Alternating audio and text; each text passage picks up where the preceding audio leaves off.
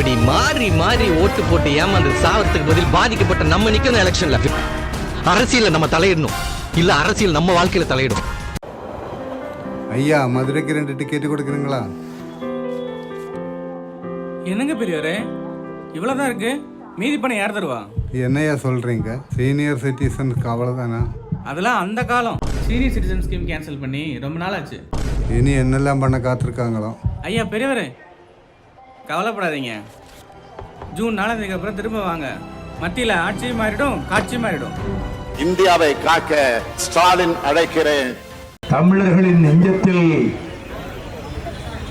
தங்க நாற்காலியிட்டு குழுவிட்டிருக்கின்ற பேரறிஞர் அண்ணா அவர்களினுடைய சிலை அருகில் நடைபெற இருக்கின்ற நாடாளுமன்ற தேர்தல் பிரச்சார கூட்டத்தில் எனக்கு ஒரு வாய்ப்பையும் வழங்கி இந்த கூட்டத்துக்கு தலைமை தாங்குகிற சட்டமன்ற உறுப்பினர் அன்பு சகோதரர் வழக்கறிஞர் சின்னப்பா அவர்களே, மறுமலர்ச்சி திராவிட முன்னேற்ற கழகத்தின் அவைத் தலைவர் ஆர்வீர் சகோதரர் ஆடிட்டர் அர்ஜுனராஜ் அவர்களே, ஜெயங்கொண்டம் சட்டமன்ற உறுப்பினர் கண்ணன் அவர்களே, அரியலூர் மாவட்ட செயலாளர் மறுமலர்ச்சி திராவிட முன்னேற்ற கழகத்தின் ராமநாதன் அவர்களே, மாநில விவசாய அணி செயலாளர் வாரணவாசி ராஜேந்திரன், காங்கிரஸ் கட்சியினுடைய மாவட்ட செயலாளர் சங்கர், விடுதலை சிறுத்தைகள் கட்சியினுடைய அரியலூர் மாவட்ட செயலாளர் தம்பி அங்கனூர் சிவகுமார், அரியலூர் மாவட்ட இந்திய கம்யூனிஸ்ட் கட்சியினுடைய அரியலூர் மாவட்ட செயலாளர் தோழர் ராமநாதன், அரியலூர் மாவட்ட மார்க்சிஸ்ட் கம்யூனிஸ்ட் கட்சியினுடைய செயலாளர் அருமை தோழர் இளங்கோவன், திராவிடர் கழகத்தினுடைய மாவட்ட தலைவர் அன்புமிக்க விடுதலை நீலமேகம், இந்திய யூனியன் முஸ்லீம் லீக் மாவட்ட செயலாளர் கண்ணியத்துக்குரிய நூர் முகமது, அரசியல் ஆலோசனை குழு உறுப்பினர் அன்புக்குரிய MS கந்தசாமி, கடலூர் மாவட்ட செயலாளர் அருமை சகோதரர் குணசேகரன், மனிதநேய மக்கள் கட்சியினுடைய மாவட்ட செயலாளர் கண்ணியமிக்க சாகுல் ஹமீத், மனிதநேய ஜனநாயக கட்சி மாவட்ட செயலாளர் கண்ணியத்துக்குரிய அக்பர் அலி, தமிழக வாழ்வுரிமை கட்சியினுடைய மாவட்ட செயலாளர் அன்புமிக்க சாமிநாதன், மக்கள் நீதி மய்யம் கட்சியினுடைய மாவட்ட செயலாளர் அப்பு மற்றும் ராஜ்மோகன், எம்ஜிஆர் கழகத்தினுடைய மாவட்ட செயலாளர் தோழர் மணிவேல், மறுமலர்ச்சி திராவிட முன்னேற்ற கழகத்தின் திமுக நகர செயலாளர் சகோதரர் முருகேசன், மறுமலர்ச்சி திராவிட முன்னேற்ற கழகத்தின் அரியலூர் நகர செயலாளர் அன்புக்குரிய ராம மனோகரன், இங்கே இசை நிகழ்ச்சி நடத்திவிட்டு அடுத்த நிகழ்ச்சிக்கு சென்றிருக்கின்ற என் அன்புக்குரிய நெல்லை அபுபக்கர், ஆயிரம் கணக்கிலே இங்கே திரண்டிருக்கக்கூடிய நம்முடைய இந்தியா கூட்டணி அங்கங்களாக விளங்குகின்ற கட்சிகளினுடைய நிர்வாகிகளே, உறுப்பினர்களே, நடுநிலையாளர்களே, அரசு ஊழியர்களே, வேளாண் பெருங்குடி மக்களே, தொழிலாளர் தோழர்களே, கூற்றுடன் மேல் வரினும் கூடி எரிக்கும் ஆற்றல் அதுவே படை என்ற வள்ளுவன் வாய்மொழிக்கு இலக்கணமாக ஈட்டி வாய்ந்தாலும் இமைவிட்டாது மார்பு காட்டுகின்ற கூட்டமைக்கு அது மறுமலர்ச்சி திராவிட முன்னேற்ற கழகத்தின் இளைஞர்கள் வாலிபர்களின் கூட்டம் என்று மேடைக்கு மேடை நான் பேசக்கூடிய தகுதியை தந்திருக்கின்ற இளைஞர் கூட்டமே வணக்கம். நடைபெற இருக்கின்ற நாடாளுமன்ற தேர்தல் சுதந்திர இந்திய வரலாற்றிலே மிக முக்கியமான தேர்தல். அடுத்து எந்த திசை நோக்கி தமிழகம் பயணிக்க போகிறது என்பதை தீர்மானிக்கின்ற தேர்தல். இந்தியா எந்த திசையிலே நடைபெற போகிறது என்பதை தீர்மானிக்கின்ற தேர்தல். இந்த தேர்தல் ஜனநாயகத்திற்கும் சர்வாதிகாரத்துக்கும் இடையே நடைபெறுகின்ற போட்டி, பாசிசத்துக்கும் குடியரசு கட்சிக்கும் இடையே நடைபெறுகின்ற தேர்தல். இந்த கூட்டத்துக்கு நான் வர வேண்டும் என்று நானே விரும்பி சின்னப்பா அவர்களிடம் சொன்னதற்கு காரணம், என் ஆறுயிர் சகோதரர் விடுதலை சிறுத்தைகளினுடைய நிறுவனர் பேசுகிற இடங்களிலே லட்சக்கணக்கான மக்களையும் தன்னுடைய பேச்சாற்றலால் கவர்ந்தெடுக்கக்கூடிய என்னுடைய ஆறுயிர் சகோதரர் விடுதலை சிறுத்தைகளினுடைய நிறுவன தலைவர் நம்முடைய தொல் திருமாவளவன் அவர்களுக்கு ஆதரவாக பிரச்சாரம் செய்ய வேண்டும் என்ற நோக்கத்தோடு நான் வந்தேன். பானை சின்னத்திலே போட்டியிடுகிற தொல் திருமா அவர்களுக்கு அந்த சின்னத்திலே வாக்களித்து இந்த 6 சட்டமன்ற தொகுதிகளில் அரியலூர் தான் தலை தூக்கி நின்றது, முதலிடத்தை பெற்றது என்று சொல்லக்கூடிய அளவுக்கு நீங்கள் திருமாவளவன் அவர்களுக்கு வாக்களித்து பெருவெற்றியை தேடித்தர வேண்டும், அந்த முடிவோடு தான் நீங்கள் வந்திருக்கிறீர்கள் என்ற மகிழ்ச்சியோடு நான் தெரிவித்துக் கொள்கிறேன். தமிழ்நாட்டிலே வீடுகளிலே உள்ள குழந்தைகளுக்கு பெயர் வாயிலே நுழையாத பெயர்களை வைத்துக் கொண்டிருப்பவர்கள், வடநாட்டை சேர்ந்த அந்த பெயர்களை வைத்துக் கொண்டிருக்கிறவர்கள் மத்தியில் செந்தமிழ் மொழியிலே பெயர்களை சூட்டுகின்ற ஒரு புரட்சியை தமிழ்நாட்டிலே உருவாக்கி பல்லாயிரக்கணக்கான குழந்தைகளுக்கு தமிழ் பெயர் சூட்டிய மாவீரன் தான் தொல் திருமாவளவன் என்று இந்த நேரத்திலே நான் மகிழ்ச்சியோடு தெரிவித்துக் கொள்கிறேன். இந்த தேர்தலில் திராவிட இயக்கத்தையே அழித்து விடுவோம் என்று நாட்டின் பிரதமர், அந்த தலைமை அமைச்சர் பதவிக்கு அருகதையற்ற நரேந்திர மோடி அவர்கள் திராவிட இயக்கத்தை பூண்டோடு ஒழித்து கட்டுவதால் என்னுடைய வேலை, நான் அழித்து விட்டுத்தான் மறுவேலை பார்ப்பேன் என்று கூட்டங்களிலே பேசுகிறார். ஒரு பிரதமருக்கு பேசுகின்ற ஒரு நாகரீகம் வேண்டும். தெருமுனையிலே எது வேண்டுமானாலும் பேசலாம். ஆனால் 120 கோடி மக்களுக்கு தலைமை தாங்குகிற ஒரு பிரதம அமைச்சர், தலைமை அமைச்சர், ஒரு 100 ஆண்டு கடந்து தியாக வரலாறு படைத்திருக்கின்ற திராவிட இயக்கத்தை ரத்தத்தால், கண்ணீரால், வியர்வை துளிகளால் படிப்படியாக வளர்த்து இன்றைக்கு இமயமாக எழுந்திருக்கின்ற திராவிட இயக்கத்தை அழித்து விடுவேன் என்று சொல்வதற்கு அவருக்கு என்ன ஆணவம் இருக்க வேண்டும் என்பதை நான் எண்ணி பார்க்கிறேன்.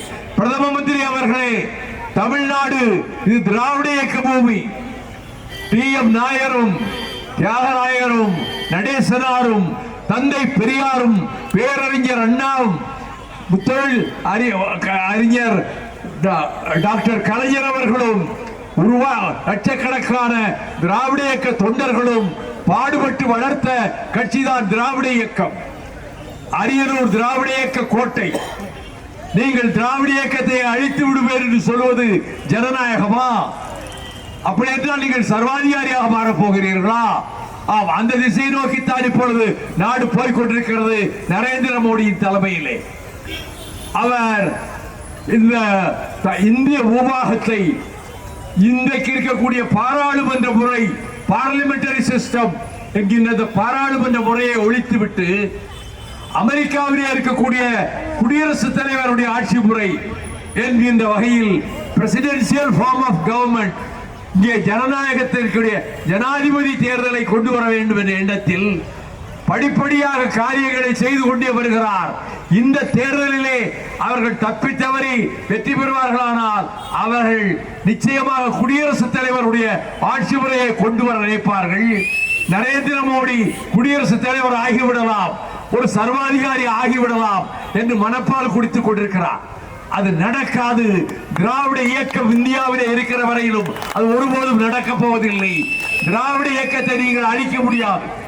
இது லட்சக்கணக்கான தொண்டர்களின் வியர்வை துளிகளில், இரத்த துளிகளில், கண்ணீர் துளிகளில் வளர்த்தெடுக்கப்பட்ட இயக்கம். எத்தனையோ எழுத்தாளர்கள், பேச்சாளர்கள், சிந்தனைவாதிகள், கலை உலகிலே கொடி கட்டி பிறந்த வெளிச்சம் கொண்டவர்கள், அவர்களாலே உருவாக்கப்பட்டு வளர்க்கப்பட்ட இயக்கம் திராவிட இயக்கம். அந்த திராவிட முன்னேற்ற கழகத்திற்கு அதை அசைத்து பார்க்க கூட முடியாது. 29 ஆண்டுகள் திராவிட முன்னேற்ற கழக கொடியைத்தான் நான் ஏந்தி இருக்கிறேன். அதன் பிறகு இன்றைக்கு குடும்பத்துக்குள்ளே வருவதைப் போல நான் வெளியே போனாலும், அதற்கு பிறகு டாக்டர் கலைஞர் அவர்கள் திண்டுக்கல்லிலே சொன்னாரே, நான் உன்னை இழந்தேனா நீ என்னை இழந்தாயா என்று அந்த கூட்டத்திலே கேட்டார். அவர் இறுதி காலத்தில் நோயுற்றிருந்த காலத்தில் அழைத்துக் கொண்டு போய் அவரை பார்க்க வைத்தார் நம்முடைய தளபதி இன்றைய முதலமைச்சர் ஸ்டாலின் அவர்கள். என்னை பார்த்தவுடன் கைகளை பற்றி கொண்டார் கலைஞர் அவர்கள். கண்களிலே கண் கலங்குகிறது, என் கண்களிலே இருந்து கண்ணீர் கொட்டி கொண்டிருக்கிறது. அப்பொழுது உங்களுக்கு எப்படி பக்கபலமாக ஒரு சேனாதிபதியாக நான் இருந்தேனோ அதே போல தம்பி ஸ்டாலின் அவர்களுக்கும் பக்கபலமாக, கவசமாக, போர்க்கவசமாக நான் இருப்பேன் என்று சொன்னவுடன் அவர் கண்களிலே இருந்து கண்ணீர் துளிகள் சொட்டின. இதை நம்முடைய தளபதி ஸ்டாலின் அவர்களே திருச்சி கூட்டத்திலே சொன்னார். இன்றைக்கு இந்தியாவுக்கு வழிகாட்டக்கூடிய இடத்திலே தளபதி ஸ்டாலின் இருக்கிறார் என்பதை நீங்கள் யாரும் மறந்துவிடக் கூடாது. டெல்லியிலும் பெங்களூரிலும் மும்பை நகரத்திலும் இந்தியா கூட்டணியினுடைய கூட்டம் நடைபெற்ற பொழுது நானும் சென்றிருந்தேன். திருமாவளவன் அவர்களும் அங்கே வந்திருந்தார்கள். நம்முடைய தளபதி ஸ்டாலினுக்கு நாடு பூராவிலும் எவ்வளவு மரியாதை இருக்கிறது என்பதை நான் நேரடியாக கண்கூடாக கண்டேன். அத்தனை முதலமைச்சர்களாக இருந்தவர்கள் இப்பொழுது இருப்பவர்கள் அவரை வந்து பக்கத்திலே நின்று புகைப்படம் எடுத்துக் கொண்டார்கள். இந்தியாவுக்கு இன்றைக்கு வழிகாட்டக்கூடிய இடத்திலே திராவிட மாடல் ஆட்சி தமிழ்நாட்டிலே நம்முடைய தளபதி ஸ்டாலின் அவர்களாலே நடத்தப்பட்டு வருகிறது. இப்படிப்பட்ட திட்டங்கள் வேறு எங்கும் இல்லை. இப்பொழுது சின்னஞ்சிறு பிஞ்சுகள் குழந்தைகள் பள்ளிக்கூடத்துக்கு போகிற போது வாடி வதங்கி வருவதை கண்டு நம்முடைய ஸ்டாலின் அவர்கள் இதனாலே இப்படி சோர்ந்து போய் இருக்கிறீர்கள் என்று கேட்டால், நான் காலையிலே சாப்பிடவில்லை என்று அந்த குழந்தைகள் சொன்னபோது, அந்த சிறு பிள்ளைகள் சொன்னபோது மெய் சீர்த்து போன நம்முடைய தளபதி ஸ்டாலின் பட்டினியோடும் பசியோடும் சாப்பிடாமல் பள்ளிக்கூடத்திற்கு அந்த தாய் எப்படி அனுப்புவாள்? அந்த குழந்தைகள் எப்படி பாடங்களிலே கவனம் செலுத்த முடியும்? எனவே ஒரு காலத்திலே திராவிட இயக்கத்தில் தியாகராயர் மேயராக இருந்த காலத்திலே கொண்டு வரப்பட்டு பின்னர் பெருந்தலைவர் தியாகச்சூடர் காமராஜர் அவர்களாலே அது விரிவுபடுத்தப்பட்டு அதன் பிறகு பல்வேறு அம்சங்களை கொண்டு வந்து புரட்சி தலைவர் எம்ஜிஆர் அதை வளர்த்து விட்டதற்கு பிறகு டாக்டர் கலைஞர் அவர்கள் காலத்தில் உணவோடு சேர்த்து முட்டையும் போடுகிற அந்த ஒரு புரட்சியை நடத்தியதற்கு பிறகு இப்பொழுது நம்முடைய தளபதி ஸ்டாலின் சின்னஞ்சிறு பிள்ளைகளுக்கு காலை உணவு வழங்குகிற திட்டத்தை, புரட்சிகரமான திட்டத்தை அவர் நிறைவேற்றி கொண்டிருப்பார். இதை மற்ற மாநிலங்கள் மட்டும் பின்பற்றுவதில்லை. ஒவ்வொன்றாக ஸ்டாலின் அவர்கள் செய்கிற திட்டங்களையே தங்கள் மாநிலத்திலே தாங்களும் செய்து காட்ட வேண்டும் என்று நினைக்கிறார்கள். பிற மாநிலங்கள் பின்பற்றுவதை விடுங்கள். உலகிலே பல நாடுகள் இருக்கின்றன, எண்ணற்ற நாடுகள். கேரளத்தால 200 நாடுகள் இருக்கின்றன. அதிலே தமிழர்களும் அதிகம் இருக்கக்கூடிய நாடுகளில் ஒன்று கனடா. ஈழத் தமிழர்களும் தாய் தமிழகத்து தமிழர்களும் நிரம்ப வாழக்கூடிய இடம் கனடா. அந்த கனடா நாட்டினுடைய அதிபர் பிரதம அமைச்சர் ட்ரூடோ அவர்கள் 4 நாட்களுக்கு முன்னாலே ஒரு அறிக்கை தருகிறார். பள்ளிக்கூடங்களுக்கு செல்லுகிற பிள்ளைகளுக்கு காலை உணவு கனடா அரசு வழங்கும். இதை நான் இந்தியாவிலே இருக்கக்கூடிய தெற்கே இருக்கக்கூடிய ஒரு மாநில முதலமைச்சர் இதை செய்திருக்கிறார். அதை நம்முடைய கனடா நாட்டிலும் அதை செய்து காட்ட வேண்டும் என்று.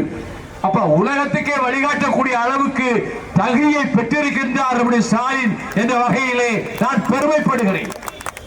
என்னுடைய முதலமைச்சரை கனடா நாட்டு பிரதமர் பின்பற்றுவேன் என்று சொல்வதை எண்ணி நான் மகிழ்ச்சி அடைகிறேன். அவர் அது மட்டுமல்ல, எண்ணற்ற திட்டங்கள் அவர் முதலமைச்சராக பொறுப்பேற்றவுடன் அவர் அறிவித்த திட்டங்கள். அந்த திட்டங்களில் ஒன்றுதான் பெண்களுக்கு பேருந்து கட்டணம் கிடையாது, பெண்களுக்கு மாதம் 1000 ரூபாய். இப்படி தாய் குலத்தை தலைவேல் வைத்து கொண்டாடக்கூடிய இடத்திலே நம்முடைய முதலமைச்சர் அவர்கள் இருக்கிறார்கள். ஒவ்வொரு வீட்டிலும் பசி என்ற குரல் கேட்கக்கூடாது, பட்டினி கிடக்கிறது இந்த பிள்ளை என்று சொல்லக்கூடாது என்ற வகையிலே அந்த திட்டத்தை கொண்டு வந்தார். அதை போலத்தான் விவசாயிகளுக்கு உதவி செய்வதற்கு 2.5 லட்சம் பம்பு செட்டுகளுக்கு மின் இணைப்பு இலவசமாக கொடுக்கின்ற திட்டத்தையும் நம்முடைய முதலமைச்சர் அவர்கள் தான் நிறைவேற்றி இருக்கிறார். இதற்கெல்லாம் பக்கபலமாக நிற்பவர்களில் மிக முக்கியமானவர் உங்கள் வேட்பாளர், உங்களுடைய நாளைய எம்பி தொல் திருமாவளவன் அவர்கள்தான் என்பதை நான் இந்த நேரத்திலே மகிழ்ச்சியோடு பதிவு செய்கின்றேன். அதே நேரத்தில் இந்தியாவுக்கு சாபக்கேடாக அமைந்துவிட்ட நரேந்திர மோடியினுடைய அரசு அவர்கள் தமிழ்நாட்டிலே நாங்கள் திராவிட இயக்கத்தையே ஒழித்து விடுவோம் என்று மேடையேறி பேசுகிறார். ஒரு பிரதமர் பேசுகிற பேச்சா? அகந்தையும் ஆணவமும் அகம்பாவமும் இருந்தால் தான் இப்படி பேச முடியும். எந்த பிரதமரும் இப்படி பேசியது கிடையாது. இதுவரை வந்த தலைமை அமைச்சர்களில் யாரும் இப்படி பொறுப்பற்ற முறையில் தெருவோரத்திலே இருந்து இப்படி கூச்சல் போட்டது கிடையாது. ஆகவே இந்த ஆட்சி நீடிக்குமானால், இந்த தேர்தலுக்கு பிறகு நீடிக்குமானால் இந்தியா ஒன்றாக இருக்காது. அதனால் தான் மிக யோசனை செய்து நம்முடைய கூட்டணிக்கு இந்தியா என்று பெயர் சூட்டி இருக்கிறார்கள். இந்தியா ஒன்றாக இருக்கிறது என்றால் துண்டு துண்டாக போய்விடும். காரணம், நரேந்திர மோடியினுடைய கூட்டம், இந்துத்துவா கூட்டம், சனாதன கூட்டம் என்ன சொல்கிறது? எல்லாம் ஆதி மொழி சமஸ்கிருதம் தான், சமஸ்கிருதமும் இந்தியும் தான் இங்கே எல்லோரும் படிக்க வேண்டும் என்று சொல்வது மட்டுமல்ல, ஆதி மொழி சமஸ்கிருதம், இந்தியா என்ற இந்த பரதகண்டத்தையே ஆண்டவர்கள் இந்த சமஸ்கிருதத்தை ஓதியவர்கள் தான் என்று சொல்லுகிறார். சமஸ்கிருதமும் இந்தியும் ஒரு காலம் இங்கே நுழைய முடியாது. அது எந்த மண்ணில் இருந்து பேசுகிறேன்? சின்னசாமி உலவிய மண்ணில் இருந்து பேசுகிறேன். கீழப்பழுவூர் சின்னசாமி உலவிய தியாக பூமியிலே இருந்து நான் பேசுகிறேன். சின்னசாமி இந்தியை திணிக்கிறார்கள் என்று கவலைப்பட்டார். முதலமைச்சர் பக்தவச்சலம் இந்தி எதிர்ப்பு ஒன்று கிடையாது, இந்தி தான் இங்கு வரும் என்று பேசியதை கேட்டுக்கொண்டிருந்து விட்டு அவர் வீட்டுக்கு வருகிறார். நட்ட நடுநிசி மனைவி தூங்கிக் கொண்டிருக்கிறாள், பிள்ளை தூங்கிக் கொண்டிருக்கிறான். அவர் எழுந்து அவர்களை ஒரு முறை நன்றாக பார்த்துவிட்டு இனி இந்த விழிகளில் அவர்களை பார்க்க போவதில்லை என்ற முடிவோடு வீட்டை விட்டு புறப்பட்டு திருச்சி ரயில்வே ஜங்ஷனுக்கு வருகிறார். 1964 ஜனவரி 24 இரவு புறப்பட்டு 25 பொழுது விடுவதற்கு முன்பு அதிகாலை பொழுதிலே 10 லிட்டர் பெட்ரோலை தன் மீது ஊற்றிக்கொண்டு நெருப்பு வைத்துக் கொண்டு பாதாளி கேசம் பற்றி எரிய, எலும்புகள் படியீர் படியீர் என்று வெடிக்க, தமிழ் வாழ்க தமிழ் வாழ்க இந்தி ஒழிக என்று முழக்கமிட்டவாறு அந்த ரயில்வே ஸ்டேஷனிலேயே சாம்பல் மேடாக கிடக்கிறார். தன்னை கருக்கிக் கொண்டு தீயின் நாக்குகளுக்கு தன்னை தந்துவிட்டு தன் உயிரையே போக்கிக் கொண்ட கீழப்பழுவூர் சின்னசாமிக்கு நினைவாலயம் எழுகிறது 3.5 கோடி ரூபாய் செலவிலே என்கிற போது நான் பெருமைப்படுகிறேன். 6 மாத காலம் அப்பொழுது சிறைச்சாலையிலே இருந்தாரே டாக்டர் கலைஞர், இந்திய எதிர்ப்பினுடைய வார்ப்பு இவர்தான் என்று சொல்லிக் கொண்டு போய் தனிமை சிறையிலே பாளையங்கோட்டையில் அடைத்தார்களே, அவருடைய மகன் கீழப்பழுவூர் சின்னசாமிக்கு நினைவாலயம் எழுப்புகிறார் என்பது பெருமைக்குரிய ஒன்று. இந்த மண்ணை சேர்ந்த வாலிபர்களுக்கு சொல்கிறேன், உயிரை பற்றி பொருட்படுத்தாமல் தன்னையே உயிரை மாய்த்துக் கொண்டவர் கீழப்பழுவூர் சின்னசாமி. அதே போல இன்னொரு தியாக வரலாறும் உங்கள் மண்ணில் தான் உண்டு. இந்த மண்ணில் தான் அனிதா 1176 மதிப்பெண்கள் பெற்றதற்கு பிறகும் நீட் தேர்விலே பாஸ் ஆகவில்லை, தேர்விடவில்லை என்பதனாலே தனக்கு மருத்துவக் கல்லூரியிலே படிக்கின்ற வாய்ப்பில்லாமல் போய்விட்டது. 1176 மார்க் வாங்க வேண்டும் என்றால் அது 1200க்கு 200 என்ற கணக்குத்தான். தன்னுடைய உடம்பெல்லாம் மண்ணெண்ணை ஊற்றிக் கொண்டு நெருப்பு வைத்துக் கொண்டு அனிதா மறைந்தே போறாள். நான் இந்த மேடையில் இருந்தவாறே அனிதா எரிக்கப்பட்ட புதைக்கப்பட்ட இடம் நோக்கி தெண்டரிட்டு வணக்கம் தெரிவிக்கின்றேன். அப்படிப்பட்ட தியாக பூமி தான் அரியலூர் மாவட்டம். அப்படிப்பட்ட தியாக உணர்வு கொண்டவர்கள் தான் இங்கே இருக்கக்கூடியவர்கள். தமிழ் உணர்வு, இன உணர்வு, திராவிட இயக்க உணர்வு தலை தோங்கி இமயம் போல் உயர்ந்து இருக்கிற இடம்தான் இந்த அரியலூர் மாவட்டம். இந்த அரியலூர் மாவட்டத்தில் இன்றைக்கு நடைபெற இருக்கிற தேர்தலில் நம்முடைய சிதம்பரம் நாடாளுமன்ற தொகுதியில் பானை சின்னத்திலே போட்டியிடுகிற, கடந்த முறையும் பானை சின்னத்திலே போட்டியிட்டு வெற்றி பெற்ற நம்முடைய தொல் திருமா அவர்கள் இப்பொழுது மீண்டும் போட்டியிடுகிறார். அவரை லட்சக்கணக்கான வாக்குகள் வித்தியாசத்திலே நீங்கள் ஜெயிக்க வைக்க வேண்டும். அவர் இந்தியாவிலேயே இன்னைக்கு மதிக்கத்தக்க தலைவராக உருவெடுத்திருக்கிறார். வடபுறத்து தலைவர்களும் அவரை அடையாளம் கண்டு கொண்டார்கள். அப்படிப்பட்ட தொல் திருமாவளவன் அவர்கள் இன்னும் 100 ஆண்டு வாழ வேண்டும். அவர் இந்த மண்ணுக்கும் தமிழ்நாட்டுக்கும் தமிழ் இனத்துக்கும் அவர் பெரும் துணையாக இருக்க வேண்டும். திராவிட இயக்கத்துக்கு பக்கபலமாக இன்றிருப்பதை போலத்தான் என்றைக்கும் இருப்பார் என்ற நம்பிக்கையோடு நான் அவரை வாழ்த்துகிறேன். பல லட்சக்கணக்கான வாக்குகள் வித்தியாசத்தில் ஜெயிக்க போகிற தொல் திருமா அவர்களே, நீங்கள் வாழ்க, உங்களுடைய பெருமை வாழ்க, உங்களுடைய திருப்பணிகள் வாழ்க. நீங்கள் எவ்வளவு அமைதியானவர், எந்த இடத்திலும் கலவரம் வருவதற்கு திருமா காரணமாக இருக்க மாட்டார். அந்த கலவரம் வருகிற இடங்களிலே சமாதானத்தை நிலைநாட்டுவதற்கு அங்கே போய் நிற்பார், ஒற்றுமைப்படுத்துவதற்கு நிற்பார். அதுதான் அவருடைய கொள்கை. சாதியின் பெயரால் மதத்தின் பெயரால் பிளவுகள் ஏற்படக்கூடாது என்ற உணர்வு கொண்டவர்தான் திருமா அவர்கள். ஆனால் ஜாதியின் பெயரை சொல்லி, மதத்தின் பெயரை சொல்லி இந்த நாட்டை துண்டு போடக்கூடிய அளவுக்கு விபரீத பாதையிலே அழைத்துக் கொண்டு செல்கிறார்கள் இந்துத்துவ கூட்டத்தார், நரேந்திர மோடியினுடைய கூட்டத்தார். அவர்கள் இந்த மாதிரியாக தமிழ்நாட்டையே பாழாக்கக்கூடிய விதத்தில் சாதிய வேறுபாடு, மத வேறுபாடுகளை அறிவிக்க பார்க்கிறார்கள். கான்ஸ்டிடியூஷன் அமெண்ட்மெண்ட் ஆக்ட், அதாவது அரசியல் சட்ட திருத்த சட்டம், அதை கூடாது என்று ஏன் சொல்கிறோம்? இவர்கள் கொண்டு வந்து நிறைவேற்றி விட்டார்கள். 2014 டிசம்பர் 31க்கு பிறகு இந்தியாவுக்குள்ளே நுழைவர்களில் முஸ்லிம்களுக்கு ஓட்டு கிடையாது, முஸ்லிம்களுக்கு வாக்குரிமை கிடையாது, ஓட்டுரிமை கிடையாது. அதே போல ரோஹிங்கியா முஸ்லிம்களுக்கு வாக்குரிமை, ஓட்டுரிமை கிடையாது. இலங்கையிலே இருந்து வருகிற தமிழர்களுக்கு அங்கே அடிபட்டு மிதிபட்டு துப்பாக்கி சூடுகளுக்கு சொந்த பந்தங்களை இழந்துவிட்டு தாயகத்துக்கு தாயின் மடி என்று நம்பிக்கொண்டு வருகிறார்களே, அவர்களுக்கு ஓட்டுரிமையும் கிடையாது, வாக்குரிமையும் கிடையாது. அப்படிப்பட்ட நிலைமையில் இந்த நாட்டினுடைய குடிமகனாகவே அவர்கள் பதிவு செய்யப்பட போவதில்லை.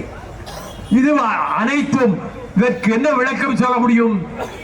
குடியுரிமை திருத்த சட்டத்தை கொண்டு வந்து இந்த நாட்டினுடைய ஒற்றுமையை சீரழிக்க பார்க்கிறார்.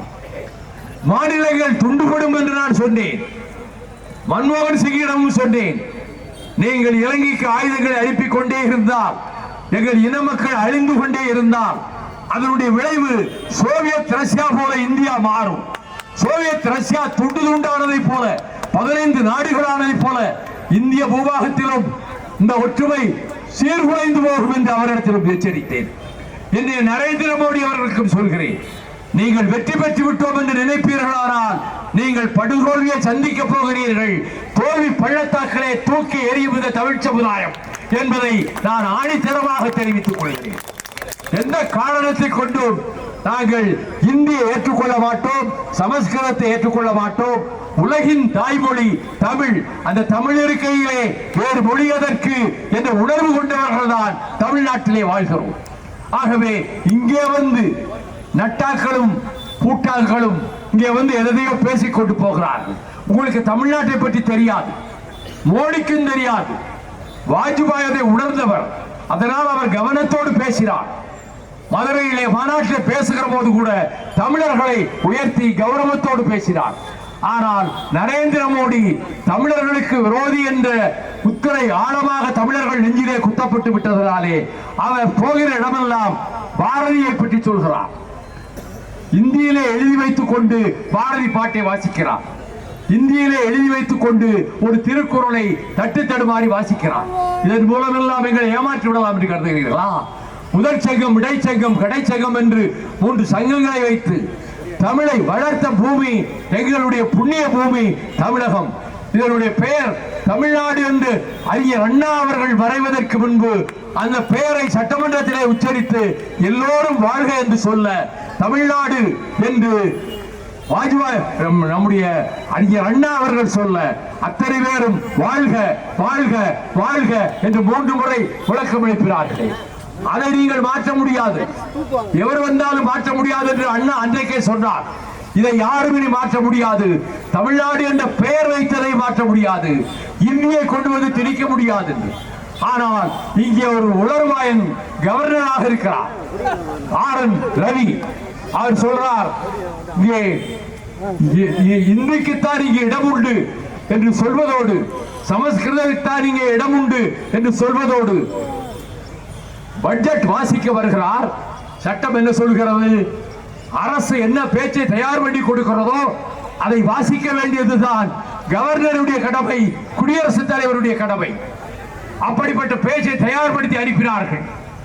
ஆனால் உரையை தொடங்கிய உடனே விஷத்தை கக்கினார் கவர்னர் ஆர்.என். ரவி.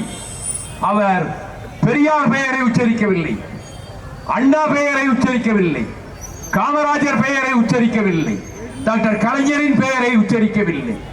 இது அரசாங்கம் எழுதி கொடுத்த பெயர்களையே அவர் வாசிக்கவில்லை. அதிலே எழுதியிருந்தவர்கள் நம்முடைய கொள்கைகள் முரசறைவதை போல இருக்குமே வாக்கியங்கள், அவை எவற்றையும் அவர் வாசிக்கவில்லை. அந்த திமிரோடு அவர் போனார். எத்தனையோ கவர்னர்கள் இங்கு வந்தார்கள், கண்ணியமாக நடந்துவிட்டு போனார்கள். நீங்கள் இங்கே வந்து இங்கே இந்த நெருப்பை, பகை நெருப்பை மதத்தின் பெயராலே ஏற்படுத்தலாம் என்று கருதுகிறீர்கள். இந்த புதிய பாராளுமன்ற கட்டிடம் இன்றைக்கு திறந்திருக்கிறார்கள். அது பார்ப்பதற்கு ஒரு 5 ஸ்டார் ஹோட்டல் மாதிரி தான் இருக்கிறது. வெள்ளைக்காரன் காலத்திலே கட்டப்பட்ட பாராளுமன்ற கட்டிடம் உலகிலேயே அழகான பாராளுமன்ற கட்டிடம். இந்த பாராளுமன்ற கட்டிடத்தை திறந்து வைத்தது இன்றைக்கு சாவர்கர் என்று மகாத்மா காந்தியினுடைய படுகொலைக்கு காரணமான சாவர்கர் பிறந்த நாளிலே அந்த பாராளுமன்ற கட்டிடத்தை திறந்து வைத்தார் நரேந்திர மோடி. இது எந்த விதத்திலே நியாயம்? எவ்வளவோ தியாகிகள் இருக்கிறார்கள், வாழ்க்கையை தத்தம் செய்தவர்கள் இருக்கிறார்கள். பகத்சிங் இருக்கிறான், திருப்பூர் குமரன் இருக்கிறான், இப்படி எத்தனையோ பேர், தில்லையாடி வள்ளியம்மை இருக்கிறாள், எத்தனையோ பெயர்கள் இருக்கையிலே நீங்கள் சாவர்கர் பெயரை கொண்டு வந்து எங்களுடைய சட்டமன்றத்திற்கு, அரசு தலைமை செயலகத்துக்கு சூட்டியது எந்த விதத்தில் நியாயம்? மாற்றுக் கட்சிக்காரர்களும் இதை யோசிக்க வேண்டும். பேசுகிறவன் யார் என்று பார்க்காதீர்கள். நான் என் வாழ்க்கையில் கிட்டத்தட்ட 7,000 கிலோமீட்டர் நடந்தே சென்றேன். அதுவும் பல ஆண்டுகளுக்கு முன்பு ஒற்றுமை வேண்டும் மக்களிடத்திலே, ஜாதிய ஒற்றுமை வேண்டும் என்பதை வலியுறுத்தி 1600 கிலோமீட்டர் இரவும் பகலுமாக நான் நடந்தேன். எந்த இடத்திலும் நான் லாட்ஜில் தகுந்தது கிடையாது, ஹோட்டல்ல தகுந்தது கிடையாது. தோழர்களோடு தோழராக அந்த கட்டாந்தரையிலேயே ஒரு விரிப்பை விரித்து நான் படுத்து வந்தேன். அதன் பிறகு 19 மாதம் சிறையில் இருந்து வந்த பின்பு இந்த மது மக்களை அழிக்கிறதே, இந்த மது குடும்பங்களை அழிக்கிறதே என்று சொல்லி மதுவை ஒழிக்க வேண்டும் என்று சொல்லி மீண்டும் தாமிரபரணி கரையிலிருந்து புறப்பட்டு புதிய மாவட்டங்கள், போகாத மாவட்டங்கள் வழியாக எல்லாம் சென்று 1300 கிலோமீட்டர் நடந்து நான் சென்னை போய் சேர்ந்தேன். உள்ளே விடமாட்டேன் என்றார்கள் காவல்துறையினர். மீறிக்கொண்டு அண்ணா கல்லறைக்கு சென்றோம். எங்களை ஒன்றும் செய்ய முடியவில்லை. நாங்கள் 1500 பேர், எங்கள் கைகளிலே இந்த கொடிகளை பிடிக்கிறே, அது இரும்பு குழாய்களாகத்தான் இருக்கும், அதிலே அந்த கொடியை சொருகி இருப்போம். இது வந்தாலும் அதை சந்திக்க வேண்டும் என்ற தைரியத்தோடு நாங்கள் சென்றோம்.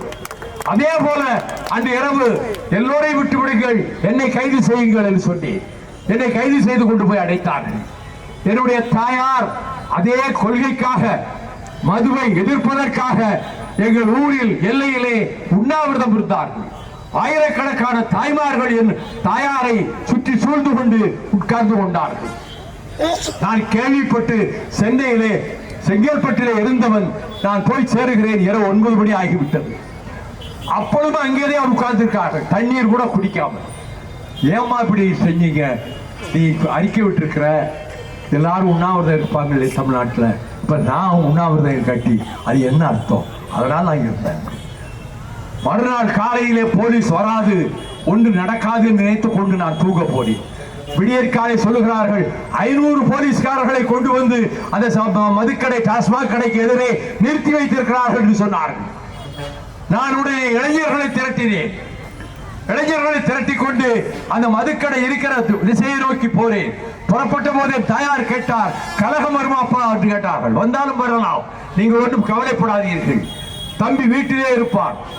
வை ரவிச்சந்திரன் விடுதலை புலிகளுக்கு இடம் கொடுத்தான் என்று ஒரு வருடம் சிறையிலே இருந்தானே என்னுடைய தம்பி வை ரவிச்சந்திரன், அவனை கோர்ட்டுக்கு அழைத்து கொண்டு போகிற போதும் ஆஸ்பத்திரிக்கு அழைத்து கொண்டு போகிற போதும் கைவிலங்கு போட்டு இன்னொரு ஈழத்தமிழனுடைய கையையும் இவருடைய கையையும் சேர்த்து விலங்கு போட்டு கொண்டு போனார்கள்.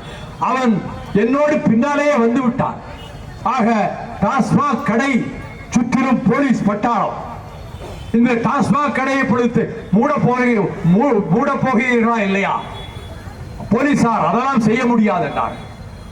அதற்கு பிறகு நாங்கள் ஏதாவது உள்ளே புகுந்து விடுவோம் என்று பெரிய பூட்டுகளை கொண்டு வந்து அதிலே போட்டார்கள். என் தோழர்கள் கைகளிலே சம்மட்டியோடும் வந்திருந்தார்கள். ஒரே அடி அந்த பூட்டு உடைந்து நொறுங்கியது.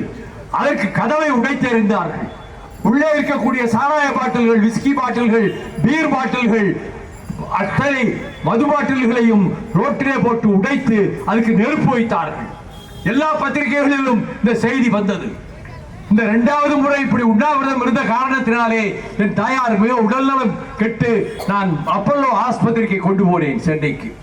அவர்கள் சொன்னார்கள், இன்னும் ஒரு நாள் போயிருந்தால் உயிர் தங்காது, ஏன் இந்த வயதிலே போய்வர்கள் உண்ணாவிரதம் இருந்தார்கள், தண்ணீர் குடிக்காமலே இருந்திருக்கிறார்களே. நான் தண்ணீர் குடிக்க மாட்டேன் உண்ணாவிரத பந்தலில். அதை என் தாயாரும் அதை பின்பற்றி இருக்கிறார். இனி ஒரு தடவை இப்படி விஷப்பரீட்சையில் இறங்கினால் உயிரை காப்பாற்ற முடியாது என்று சொன்னார்கள். அதே போல 3 மாதம் கழித்து என் அன்னை, நான் பஞ்சாபிலே பிரகாஷ் சிங் பாதலை பார்க்க போறேன் என்று இங்கே வீட்டிலேயே நான் இருக்கிறேனா இல்லையா என்று கேட்டுக் கொண்டிருந்தே விட்டு அந்த படுக்கையிலேயே உயிர் நீத்தார். நாட்டுக்காக, மக்களுக்காக, ஏழை எளிய குடும்பங்களை வாழ வைப்பதற்காக, இந்த மதுவை ஒழிப்பதற்காக, நம்முடைய இளம்பிராயத்து பிள்ளைகள், விடலை பிள்ளைகள் இந்த மது அருந்தும் பழக்கத்துக்கு ஆகிவிடக் கூடாது என்பதற்காக என் தாய் தன் உயிரையே கொடுத்து மரித்து போறார். அதை போலத்தான் விடுதலை புலிகளில் 37 பேரை நான் வீட்டிலே வைத்திருந்தேன். எங்கள் ஊரிலே கட்சிகள் உண்டு, ஆனால் யாரும் போலீஸ் ஸ்டேஷனுக்கு தெரிவிக்கவில்லை. 1.5 வருடம் இருந்தார்கள். அதற்கு பிறகு திருநெல்வேலியிலே கொண்டு போய் ஒரு வாடகை வீட்டிலே வைத்திருந்தோம். போலீஸ் வரப்போகிறது என்ற செய்தி எனக்கு கிடைத்தது. திராவிடர் கழகத்தை சேர்ந்த வழக்கறிஞர் துரைசாமி வீட்டில் அவர் புலிகள் இருக்காங்களான்னு கேட்டாங்க. ஏன் எதுக்காக கேட்கிறீங்க? காரணத்தோடு தான் கேட்கிறேன். இருந்தா உடனே அங்கிருந்து அப்புறப்படுத்துங்க. நான் உடனடியாக திருநெல்வேலிக்கு சென்றேன். தம்பியை கூப்பிட்டு சொன்னேன். அவன் வேறொரு வீட்டில் கல்யாணமாகாத தாய்மாமனை உடன் வைத்து அந்த வீட்டுக்கு குடிவந்து இருப்பதை போல காட்டிவிட்டு வந்து விட்டான். ஆனால் போலீசார் அங்கேயும் வரப்போகிறார்கள் என்று தெரிந்தவுடன் அந்த வீட்டுக்காரருக்கு தொல்லை வரும் என்று கருதி அவ்வளவு பேரை கொண்டு வந்து தம்பி வீட்டிலே வைத்துவிட்டு தம்பியின் குடும்பத்தாரை ஊருக்கு அனுப்பிவிட்டேன். நான் சென்னையை நோக்கி ரயிலே வந்து கொண்டிருக்கிறேன் மாவட்ட செயலாளர்களோடு. வீட்டுக்கு வந்தால் என் துணைவியார் வாசலே கவலையோடு இருந்தார். என்ன என்று கேட்டேன். அங்கே தம்பி ரவியை கைது செய்து விட்டார்கள். இங்கே வீட்டு மாடியிலே 3 பேரை வைத்து விட்டு போனீர்கள். நான் என்ன செய்வது என்று தெரியவில்லை. அதற்கு பிறகு எங்களுக்கு மீது அளவற்ற பற்று கொண்ட திராவிடர் கழகத்திலேயே தன்னை ஈடுபடுத்திக் கொண்ட ஒரு நீதிபதி, அவருடைய மகன் ஒரு டாக்டர், அவர் ஈழ உணர்வுள்ளவர். அவர் வீடு எங்கள் தெருவுக்கு அடுத்த தெருவிலே இருக்கிறது. அங்கே கொண்டு போய் இந்த 3 பேரையும் வைத்து விட்டு மிச்சமுள்ள 17 பேரையும் பாதுகாப்பாக வேறு இடங்களுக்கு அனுப்பிவிட்டு வந்தோம். என் தம்பி அதிலேதான் கைது செய்து பத்மநாபா கொலை வழக்கிலே அவனை எதிரியாக சேர்த்தார்கள். அவன் அப்பொழுதுதான் சிறையிலும் இருந்தான். ஆகவே எங்களை பொறுத்தமட்டில், எங்கள் குடும்பத்தை பொறுத்தமட்டில் இந்த தமிழ்நாடு என்ற பொன்னாடு நன்றாக இருக்க வேண்டும் என்கின்ற உணர்வை தவிர வேறு எதுவும் கிடையாது. ஆபத்துக்கள் நிறைய சூழ்ந்து விட்டன. கோட்சேயின் கூட்டம் பகிரங்கமாக உலவுகிறது.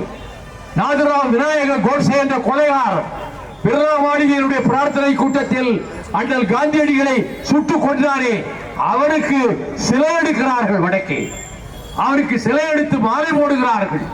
கோட்சே வாழ்க என்று சொல்லிக் கொண்டு ஒரு இந்துத்துவ பெண்மணி மேடையோரம் பேசிவிட்டு ஒரு பொம்மை துப்பாக்கி எடுத்து மேடையிலேயே சுட்டு காண்பிக்கிறார். இப்படித்தான் கொள்ள வேண்டும் இவர்களை என்று இதையெல்லாம் நம்முடைய தமிழ் மக்கள் புரிந்து கொள்ள வேண்டும். நீங்கள் நம்முடைய மொழி உலகிலேயே தலை சிறந்த மொழி, உலக மொழிகளுக்கெல்லாம் தாய்மொழி. அந்த மொழிக்கு ஆபத்து வருகிறது பொழுது நரேந்திர மோடியினுடைய வடிவத்திலே 40க்கு 40 நாம் ஜெயிக்க போவது உறுதி. இங்கே 39, புதுவையிலே 1, 40க்கு 40. ஆகினால் தான் இந்தியா பூராவிலும் தலைமை தாங்கக்கூடிய தகுதி ஸ்டாலினுக்கு இருக்கிறது என்று அவரை உட்கார வைத்து கூட்டம் நடத்தினார். அவர் சொன்னார், பத்திரிகையாளர்கள் கேட்டபோது ராகுல் காந்தி தான் அதற்கு பொருத்தமானவர், அவர் பிரதமராகட்டும் என்று பத்திரிகையாளர்களிடத்திலே சொன்னார். நான் அதனை வழிமொழிகிறேன். ஸ்டாலின் அவர்கள் முன்மொழிந்ததை நான் வழிமொழிகிறேன். அரியலூரிலே இந்த சாயங்கால வேளையில் பகலெல்லாம் நெருப்பு வெயிலாக சுட்டுக் கொண்டிருந்த இந்த கந்தக பூமியில் இவ்வளவு மக்கள் இந்த நேரத்திலும் திரண்டிருப்பதை பார்க்கிற பொழுது பல லட்சம் வாக்குகள் வித்தியாசத்திலே என்னுடைய சகோதரன் தொல் திருமாவளவன் வெற்றி பெற போவதும் உறுதி. அதே போல தமிழகமும் இந்த இந்துத்துவ சக்திகளுக்கு மரண அடி கொடுக்கும் என்பதையும் எச்சரிக்கையாக சொல்லி, தந்தை பெரியார் புகழ் வாழ்க, அறிஞர் அண்ணா புகழ் வாழ்க, முத்தமிழறிஞர் டாக்டர் கலைஞர் புகழ் வாழ்க, உலகிலேயே இப்படிப்பட்ட ஒரு வீரன் இதுவரை தோன்றியதில்லை என்று சொல்லத்தக்க மாவீரன் பிரபாகரன் புகழ் வாழ்க. நன்றி, வணக்கம்.